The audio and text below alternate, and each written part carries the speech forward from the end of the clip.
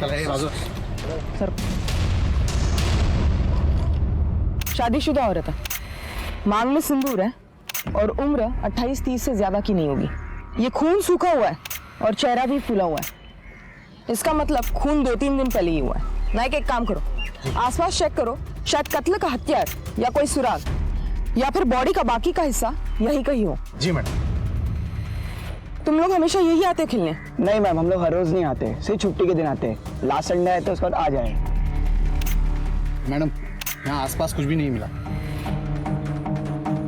नायक, एक काम करो, जी सर को फॉरेंसिक लैब भेजो, बाकी इंफॉर्मेशन मैं अपलोड करती हूँ, शायद कहीं कोई मैच मिल जाए। मेघदूतवाड़ी पुलिस अब भी उस औरत की पहचान में जुटी थी और इधर वडगांव में पुलिस को एक कटा हुआ सिर मिला। दोनों में एक बात समान थी कि मरने वाली औरत शादीशुदा थी, पर कौन थी, कहां की थी और उसे क्यों मारा गया था, ये सवाल अब भी जस के तस खड़े हुए थे।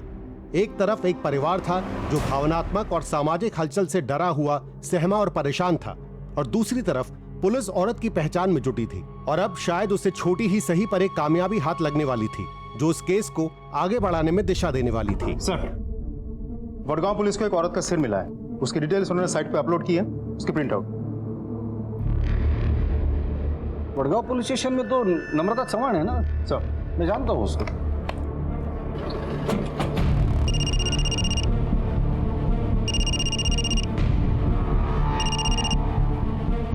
हॅलो, नम्रता, पीआय यशवंत गायकवाड बोलतोय। जय हिंद सर। जय हिंद, कशी आहेस? मी मस्त आहे गायकवाड सर। अच्छा, सुना है तुम्हारे एरिया में किसी औरत का सिर मिला है? सर, और हमारे एरिया में एक औरत का धड़ मिला है। मैंने उसे यवतमाल फॉरेंसिक लैब में भेज दिया है। तुम भी उस सिर को वहीं भेज देना, ताकि फॉरेंसिक रिपोर्ट में पता चल जाएगा वो सिर और धड़ एक ही औरत का है या नहीं। Right sir.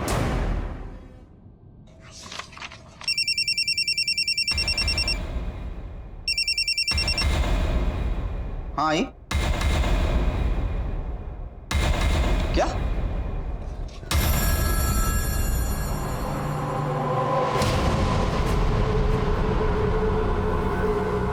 सर, शायद और कतीज बन झाले, सब बच्चे घर चले गए। काव्या मेरी बेटी अभी तक घर नहीं पहुंची है। मैं क्या कर सकता हूँ? मैं क्या कर सकता हूँ? You are responsible for them.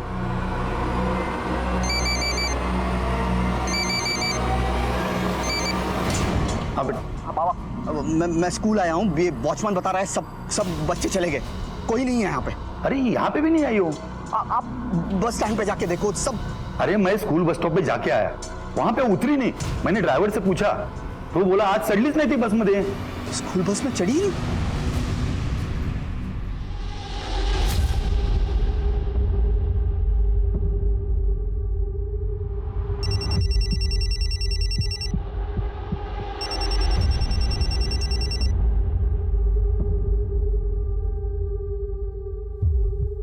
हाँ बोलो प्रतिभा। अरे ऐसी क्या बात कर रही है यार? I was just doing yoga. कोई तो आया है, सुन, मैं बाद में कॉल करती हूँ, ठीक है?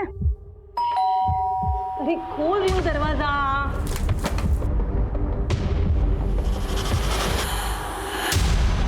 तुम काय कळत नाही, ही पोरगी कुठे गेली असेल कोणास ठाऊक। अरे वो ही ले गई होगी, और क्या? आई स्कूल में चेक किया, उसके फ्रेंड्स के पास फोन किया, किसी को मालूम नहीं काव्या कहाँ गई। सिर्फ 8 साल की है हमारी काव्या, अशी एकटी कशी जाईल कुठे? हो ना, तेच कळत नाहीये, कोणालाही न सांगता निघून गेली आहे पोरगी। तिच्या आजीकडे पाहिलंस? आजी?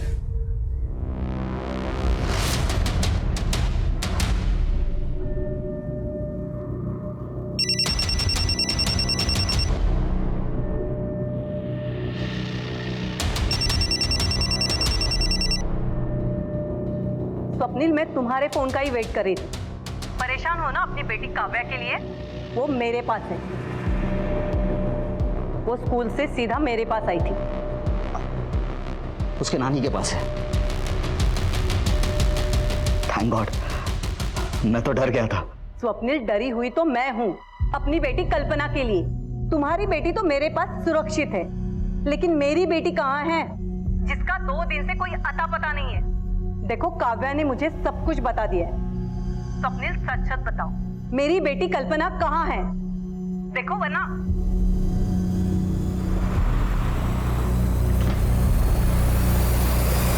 उसके पति के साथ कैसे संबंध थे? मतलब लड़ाई झगड़ा होता था या ऐसे कुछ? काव्या वो ठीक तो है और ऐसे बिना बताए किसी को जाते हैं?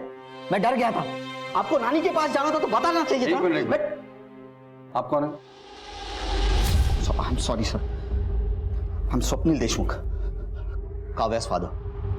आपने मुझे फोन किया था। आपकी बीवी 2 दिन से लापता है और अपने पुलिस स्टेशन में कंप्लेंट भी नहीं लिख पाई, क्यों? सर मैं मेरी बच्ची के सामने कुछ बोलना नहीं चाहता। ये लगे जरा बाहर जा। सर ये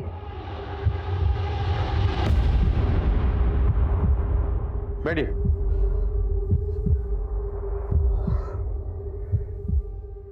सर कल्पना मेरी बीवी है। शादी से पहले उसका किसी के साथ अफेयर था। अब वो उसके लाइफ में लौट के आया। उसने उसमें और अपनी फैमिली में से उसे चुना, उसी के साथ चली गई। सर अगर वो हमसे प्यार करती, अपनी फैमिली से प्यार करती तो हमें छोड़ के चली जाती। फिर मैंने सोचा अगर कल्पना इसमें सब में खुश है तो वही से मैं उसके रास्ते में नहीं आऊंगा। सर जो लाश हमें 2 टुकड़ों में मिली थी उसका सर और धड़ मैच हो चुका है। डीएनए भी मैच हुआ है। उसकी शक्ल किशोरी जी की बेटी कल्पना जैसी लग रही है।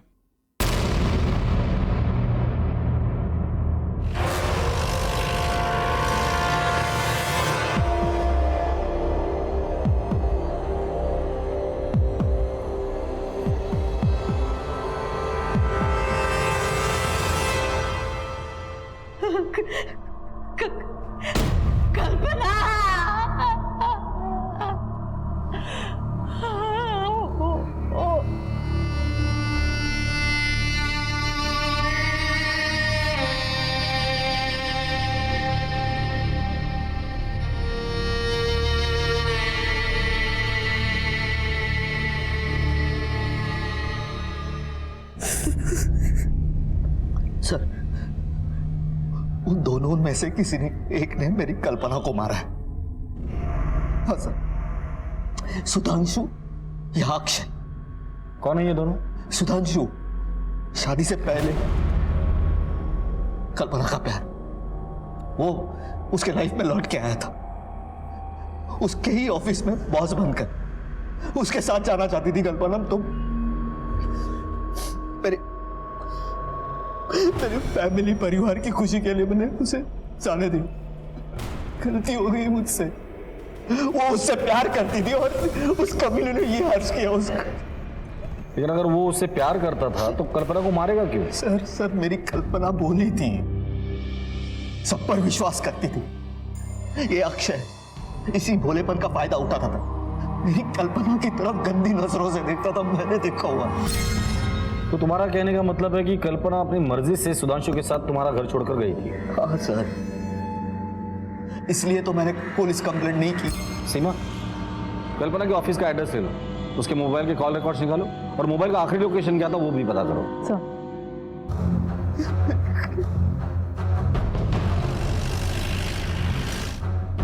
मिस्टर जोशी से मिलना है।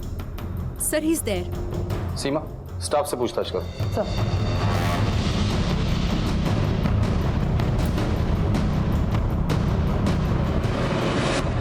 मिस्टर जोशी, आपसे कुछ बात करनी थी। एक्सक्यूज अस। आइए सर, बैठिए। कल्पना देशमुख को कितने अच्छे से जानते हो तुम? सर वो इसी ऑफिस में काम करती थी। बस, और कुछ नहीं? मिस्टर जोशी, जो कुछ भी है सच सच बताओ। अगर हमने हमारी तरीके से गुलवाया ना तो बहुत भारी पड़ेगा। सर हम एक दूसरे को पहले से भी जानते थे, हम शादी करने वाले थे, लेकिन एक दिन। शादी के बाद प्लीज। क्यों शर्मा रही हो? शादी भी जल्दी कर लेंगे। मतलब ये देख के तुम्हें सब समझ में आ जाएगा। क्या है ये? Look at it. देखो देखो, अपॉइंटमेंट लेटर। लेकिन ये तो दुबई का है। हाँ तो अच्छा है ना, 3-4 साल का कॉन्ट्रैक्ट है, हम शादी कर लेते हैं। 4 साल बाद दुबई में जाके मैं दिनार में दबा के कमाऊंगा, वापस आ जाऊंगा और तुम घर संभालना और मैं रोकड़ा कमाऊंगा। लाइफ सेट हो जाएगी। वाह, तुम्हारा करियर, तुम्हारा काम, तुम्हारी शादी, सब डिसाइड कर लिया ना तुमने? मेरा क्या? What about me? मेरा करियर, मेरी लाइफ, इसकी कोई इंपॉर्टेंस नहीं है तुम्हारी लाइफ में? मैं यहाँ बैठ के बच्चों को पालती रहूं घर में? ओके, अगर ये सेम ऑफर मुझे मिला होता तो क्या तुम जाते मेरे साथ? नहीं, क्योंकि तुम सिर्फ अपने बारे में सोचते हो। देखो प्लीज कल्पना, तमाशा मत क्रिएट करो। तमाशा तुम बना रहे हो मेरा, मैं नहीं। अब भाड़ में जाओ तुम, तुम्हारा जॉब और तुम्हारी शादी। मेरे लिए ये रिश्ता अभी इसी वक्त खत्म होता है। मैं शादी करने का फैसला कर लिया था, फिर मैं दुबई चला गया और वापस आने के बाद इत्तेफाक से इसी कंपनी में उसका बॉस बन के अपॉइंट हुआ। Good morning sir. Good morning. Sudhanshu? Kalpana तुम? मैं यही काम करती हूँ। मुझे समझ में नहीं आ रहा है कि मैं कैसे रिएक्ट करूं।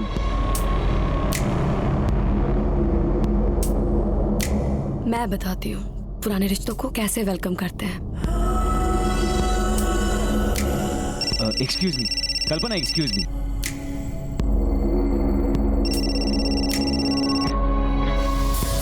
अवॉइड करने की आदत डाल लो। अब तुम दोनों एक ही ऑफिस में हैं। पता नहीं पुराना रिश्ता कब नया बन जाए।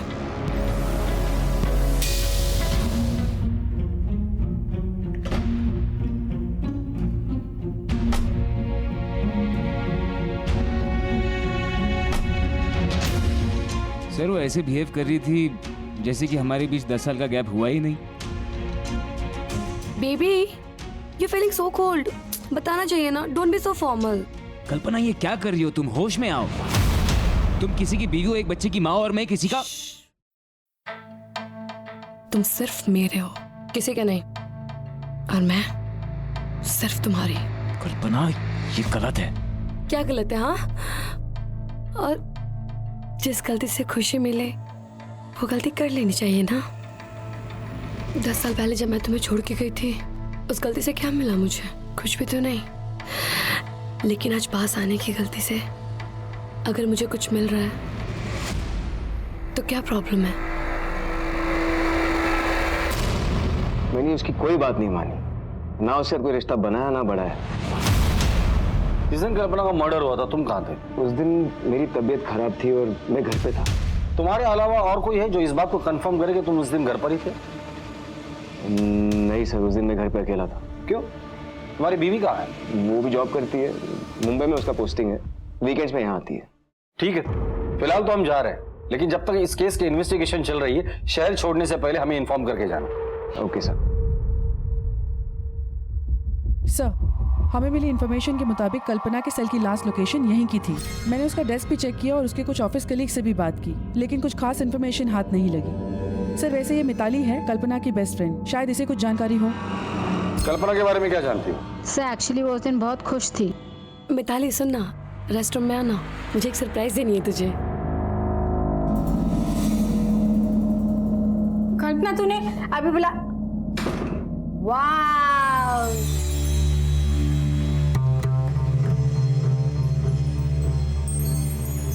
Somebody is looking sexy। किधर जा रही है तो हाथ बन के? डेट पे। डेट पे जा रही है पर किसके साथ? क्या सीक्रेट है? मैं बाद में बताती हूँ सब चीज तुझे। वाह मेरा सही है, एंजॉय करो। ये अपने पास रख, मैं कल आके ले लूंगी, ठीक है? वो तो ठीक है, कल्पना बात तो सुन। ठीक है, अगर जरूरत पड़ेगी तो दोबारा कांटेक्ट करेंगे। Okay sir. Kalpana western dress पहनकर किसी से मिलने गई थी और उसकी डेड बॉडी हमें उसी ड्रेस में मिली थी। सर यहाँ हमारे लिए दो बातें जाननी बहुत जरूरी है। पहली बात, अगर कल्पना साड़ी पहन के ऑफिस आई थी तो वेस्टर्न ड्रेस पहन के किससे मिलने गई?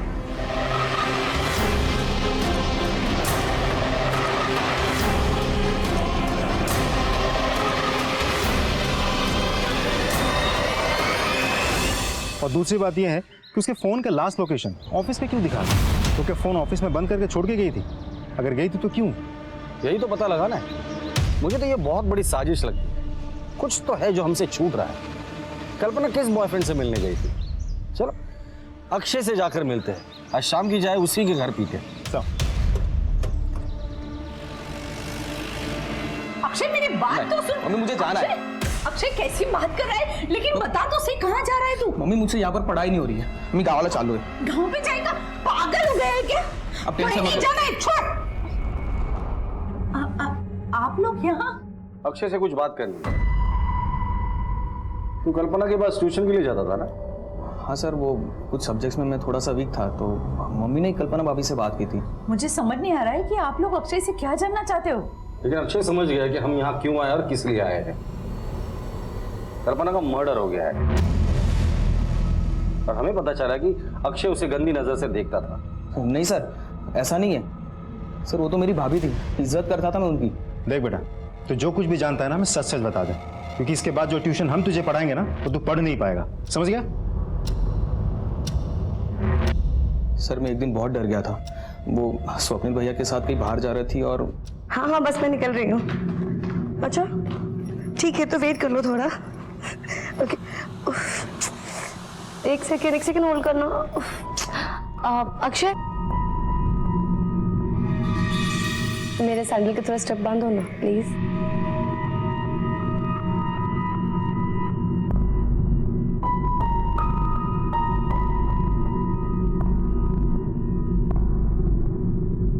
Just hold second.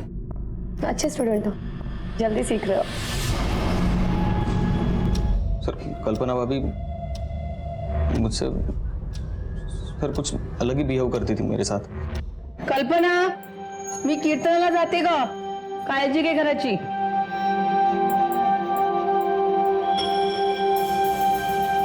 Akshay, Akshay जी मैम। 1 मिनट अंदर आना। हाँ आया।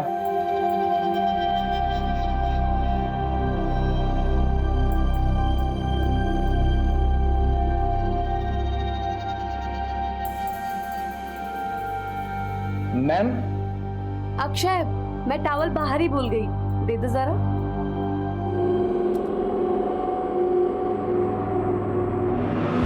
मैम ये टॉवल लीजिए। तुम्हें नहीं नहाना है क्या? चलो। मधुकर, गाड़ी में बिठाओ इसे। चलो। अरे आप ऐसे कैसे ले जा सकते अक्षय को? वो अभी माइनर है, मुझे अपने लॉयर से बात करनी होगी। मैडम, भगवान से दुआ कीजिए कि आपके इस माइनर बेटे ने कोई मेजर कांड न किया हो, वरना एक नहीं 10 बार इसे लेकर जाएंगे। सर अगर अक्षय सच बोल रहा है तो कल्पना का कैरेक्टर वाकई सही नहीं था, और हो सकता है इसी वजह से उसका खून हुआ हो। इसका उल्टा भी तो हो सकता है। एक काम करो, कल्पना का सोशल मीडिया अकाउंट और कॉल रिकॉर्ड चेक करो। अगर ये अक्षय सच बोल रहा है और कल्पना के वाकई में कहीं आशिक है तो हमें वो वहां मिलेंगे। सब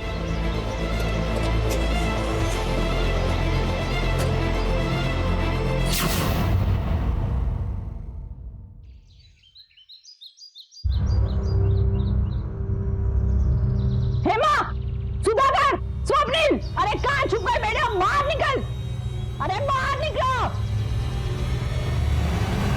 काजल ओरडायला हो, शर्म नहीं आई मेरे बेटे को बदनाम करके? अरे तुम्हारी बहू आवारा और बच्चलन थी, उसमें मेरे बेटे का क्या कसूर? और एक बात कान खोलकर सुन लो, अगर दोबारा तूने इस बदनामी में मेरे बेटे को खींचने की कोशिश की तो पूरे शहर में तेरी बहू की पोल खोल के रख दूंगी। कल्पना के बारे में अभी तक जो कुछ भी हमें पता चला। मला तुम्हाला काहीतरी विचारायचं। आप मेरी बहू को एक बढ़िया बोला। सर, आप मेरी बहू को न्याय दिलाने की कोशिश कर रहे या उसे बदनाम करने की? आप कहना क्या चाहती है? सर, अक्षय और कल्पना के बॉस ने आपसे जो कुछ भी कहा उसकी सच्चाई जानने की आपने कोशिश ही नहीं की। वो साफ बच गए, उल्टा मेरी मरी हुई बहू बदनाम हो रही है। सर देखिए, मैं आपकी तकलीफ समझ सकता हूँ, लेकिन हमारी किसी के साथ कोई पर्सनल दुश्मनी तो है नहीं। कल्पना का मर्डर हुआ है, हम भी उसके कातिल को ही ढूंढ रहे हैं। इसके लिए कल्पना के जीवन में जो कुछ भी चल रहा था वो जानना हमारे लिए बहुत जरूरी है। हम सिर्फ सच ढूंढ रहे हैं। हाँ तो सर, सच यही है कि वो झूठ बोल रहा है। अभी तो यकीन के साथ कैसे कह सकती है? क्योंकि सर मैं सच जानती हूँ। हेलो सुधांशु, किस टाइप के घटिया इंसान हो तुम? हाँ, तुमने मेरे फोन पे फोन किया, मैंने नहीं उठाया तो तुम लैंडलाइन पे फोन कर रहे हो। कितने बेशरम हो तुम। लिसन, मैं लास्ट टाइम वार्न करी तुम्हें, अगर तुमने मुझे दोबारा परेशान किया या फोन किया ना तो मैं तुम्हारे खिलाफ एक्शन लूंगी, समझे?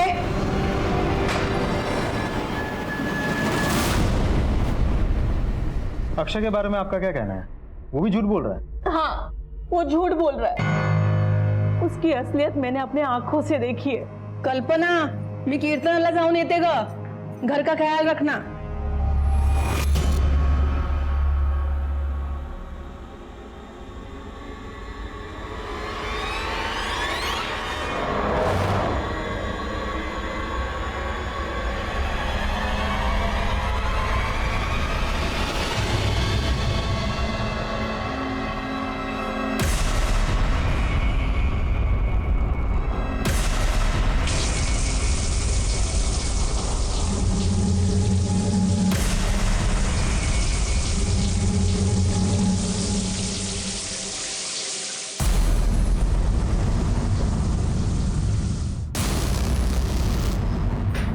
अक्षय, क्या कर रहा है?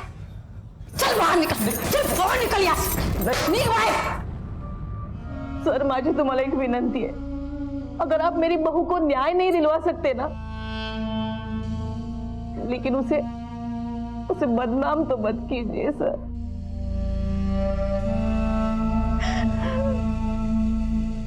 सीमा, अजीब असमंजस की स्थिति पैदा हो गई थी.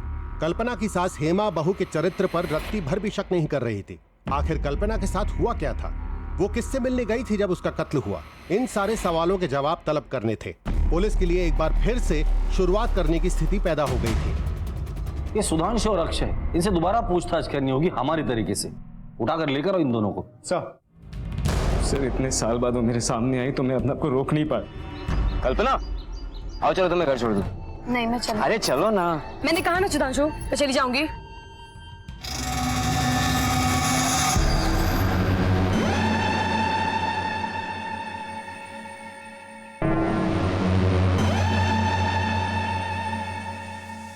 हाउ डेयर यू, तुम्हारी हिम्मत कैसे हुई? मैं चाहता था कि वो वापस मेरे पास आ जाए. सच कह रहा हूँ सर, मेरा उसके खून से कोई लेना देना नहीं है. घबराओ नहीं अक्षय, जो भी जानते हो सच सच बता दो सर को. सर, मुझे कल्पना भाभी बहुत अच्छी लगती थी.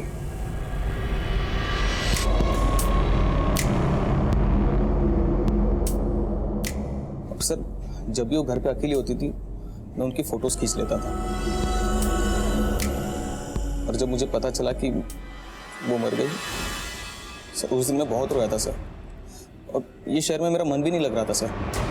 जाना चाहता था मैं कहीं और, लेकिन सर तब तक आप मेरे घर पे आ गए थे सर. एक बात साफ है कि कल्पना का किसी के साथ कोई अफेयर नहीं था. कल्पना एक परफेक्ट औरत थी. अब सवाल ये है कि ऐसी परफेक्ट औरत को किसने मारा और क्यों मारा. एक काम करो, कल्पना के बारे में और इंफॉर्मेशन निकालो, पता करो उसका किसी के साथ कोई झगड़ा वगड़ा था या नहीं.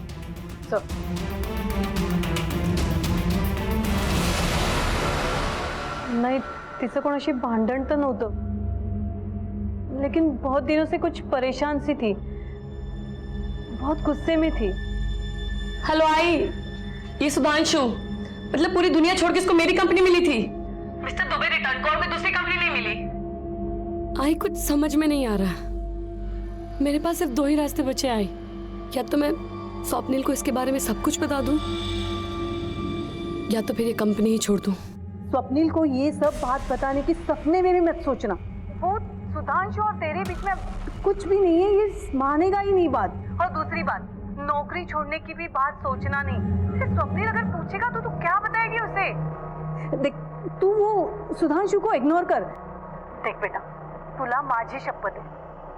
मतलब स्वप्निल कल्पना और सुधांशु के बारे में कुछ भी नहीं जानता था? नहीं, स्वप्निल के पास कल्पना के अलावा कोई और जरिया था ही नहीं कि उसे पता चले. स्वप्निल ने मिसिंग कंप्लेंट इसलिए नहीं लिखवाई क्योंकि वो जानता था कि कल्पना कहाँ है. उसे कल्पना और सुधांशु के अफेयर के बारे में पता था. और इस महान आदमी ने कल्पना की खुशी के लिए खुद का घर भी तोड़ दिया. जिस दिन कल्पना का मर्डर हुआ था, स्वप्निल के फोन की लोकेशन क्या थी? उसके ऑफिस की. बुलाकर लेकर आओ इस स्वप्निल को और पता करो कि वाकई वो ऑफिस में थे. शादीशुदा दुखियारे पति की कहानी सुनाओगे. नहीं सर, ऐसा कुछ नहीं करना चाहता. मैं सिर्फ इतना बताना चाहता हूँ कि एक इंसान दूसरे इंसान के साथ इतने साल बिताने के बाद हर बात बतानी जरूरी नहीं होती उस दूसरे इंसान को. कुछ बातें ऐसी होती कि अपने आप समझ में आ जाए. तो तुमने अपने ही मन से मान लिया कि सुधांशु के साथ उसका अफेयर है? नहीं, बिल्कुल नहीं. मेरा एक दोस्त है जो सुधांशु को पहचानता है. वाइफ? बम्बई में। हाँ, और तू यवतमाल में ऐश कर रहा है। ऐश नहीं कर रहा है यार। सुन, ऐश करने वाले लोग ना अलग ही होते हैं, वो नसीब ऊपर से लिखवा के आते हैं। किसकी बात कर रहा है? अरे कोई नहीं, अपना वो एक कॉलेज का मेरा एक दोस्त सुधांशु, कॉलेज में था। कॉलेज में सबसे हॉट लड़की से प्यार हुआ, इश्कबाजी, किससे बड़े फेमस हुए इन लोगों के भाई। उसके बाद लड़की ने शादी से मना कर दिया। उसके बाद ये गया दुबई, 10 साल पैसे वैसे कमाया, दिनार में छापा, वापस आया इंडिया और यहाँ पे कॉलेज से भी हॉट लड़की से शादी कर ली। अच्छा? हाँ, नसीब इसे बोलते हैं। वापस आता है इंडिया, यवतमल में इस कंपनी में नौकरी करता है ना। कॉलेज की वो हॉट लड़की भी वहीं काम करती है। क्या नाम क्या बताया बंदे का? अरे सुधांशु जोशी। लड़की का नाम क्या? लड़की कल्पना। दोनों के किस्से फेमस थे पूरे कॉलेज में। तो ये सारी कहानी सुनने के बाद तुम्हें गुस्सा आ गया और गुस्से में आकर तुमने कल्पना को मार दिया? नहीं सर, बल्कि मैंने कल्पना को आजाद कर दिया सुधांशु के पास जाने के लिए। 10 साल बिताए मैंने और कल्पना ने, उसकी यादें ही मेरे लिए काफी है। सर, मैं अपनी बीवी को क्यों मारूंगा? हाई मैं पुलिस स्टेशन। हाँ ठीक है, मैं तो ये तो सर, काव्या आई बाबा को बहुत परेशान कर रही है, क्या मैं जा सकता हूं?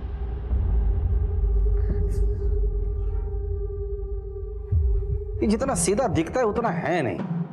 अगर ये अपनी बीवी से इतना प्यार करता है तो किसी और के कहने पर उससे पूछे बगैर वो मान जाता है। कुछ तो है जो ये हमसे छिपा रहा है। 24 घंटे नजर रखना इस पर। सर, पुलिस के शक की सुई अब स्वप्निल देशमुख पर आकर अटक गई थी, पर मुश्किल ये थी कि उसके खिलाफ कोई सुराग नहीं था। जब कल्पना का खून हुआ तो मोबाइल लोकेशन के मुताबिक स्वप्निल ऑफिस में था और कल्पना कहां और क्यों गई थी इसका कोई खुलासा नहीं हुआ था, क्योंकि उसका फोन ऑफिस में स्विच ऑफ हुआ था और उसके बाद से फोन गायब था। पुलिस ने कल्पना का फोन तब से ही सर्विलेंस पर डाला हुआ था, पर कोई सफलता हाथ नहीं लगी थी। पर आखिरकार पुलिस की सूझबूझ काम आई और अब शायद इस केस को दिशा ही नहीं बल्कि मंजिल भी मिलने वाली थी। सर, कल्पना का सेल सर्वेलेंस पे डाला था, आज सुबह ही ऑन हुआ। इसके पास मिला तो इसे फौरन ले आए। पहले ये बता, ये फोन तेरे पास आया कहाँ से? ये फोन मुझे कांचा ने बेचा था। कांचा कौन है? कांचा उधर आरडी बंगलो का केयरटेकर है साहब, मेरी दुकान पे आता जाता रहता है। आज मुझे उसने मोबाइल बेचा 5000 रुपये में। उसने तुझे बताया था ये फोन उसको कहाँ से मिला? नहीं साहब। ठीक है।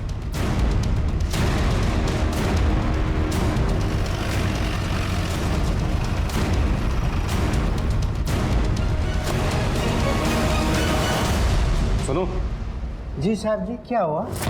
ये मोबाइल तुमने बेचा था गिरीश को? जी साहब जी, मैंने बेचा था। कहाँ मिला था तुम्हें ये? साहब जी, हमारा मालिक ये बंगलो रेंट पर देते, पार्टी शार्टी चलते रहता है, लड़का लड़की आते उनको भी भाड़ा पर देते। एक साहब जी, मेम साहब जी आए थे, वो लोग जाने के बाद मैं साफ सफाई कर रहा था तो सोफा को नीचे मोबाइल मिला। मैं सोचा जिसको है उसको लौटा दूँ, ऑन करना कोशिश की, ऑन हुआ ही नहीं। फिर मैं गिरीश के पास चले गया और गिरीश बोले कि 5000 मिलेगा। मैं थोड़ा लालच में आ गया था साहब जी। यही औरत थी? जी यही मैम साहब जी। ये आया था? नहीं साहब। ये आया था? नहीं, इसके साथ भी नहीं आई थी। ये? हाँ साहब जी, इसके साथ आई थी मैं।